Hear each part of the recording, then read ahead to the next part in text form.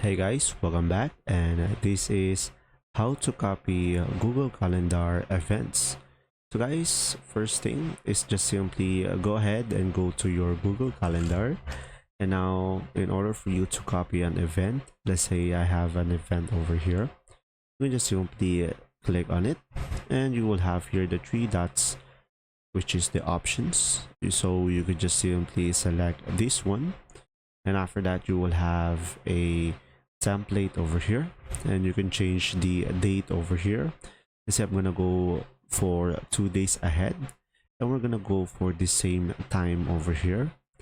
And now you could have an option over here to make it all day, or it will repeat, and you can add a event details over here down below.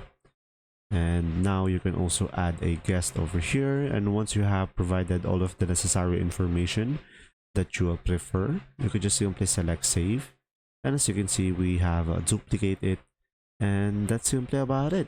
If this video was helpful, please like and subscribe, and I hope this video helped you out, and thanks for watching.